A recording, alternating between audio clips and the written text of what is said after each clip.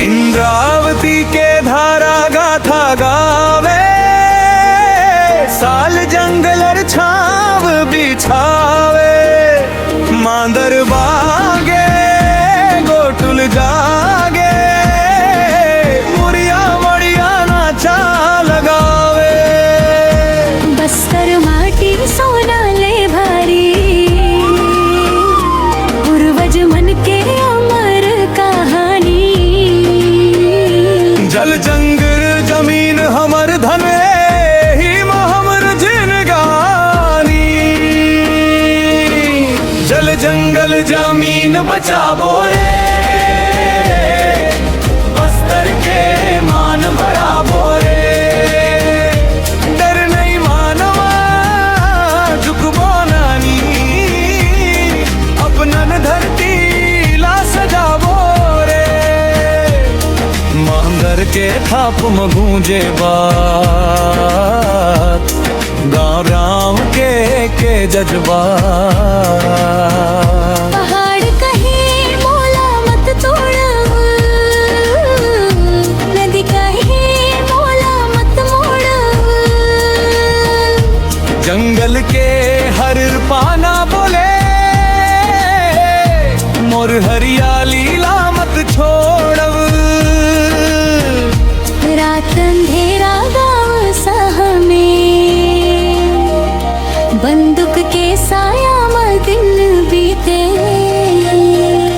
माई दाई मन आस लगाए, कब शांति के बिहान दिखे। जल जंगल जमीन बचाबो रे, बस्तर के मान बढ़ाबो रे। धरती माया लागा था गाओ, पुरखा के सपना सजाबो रे।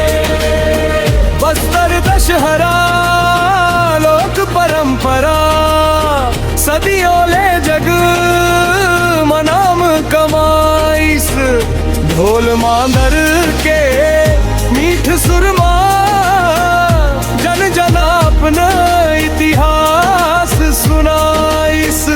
गुंडा धुर के हुंकार गूंजे,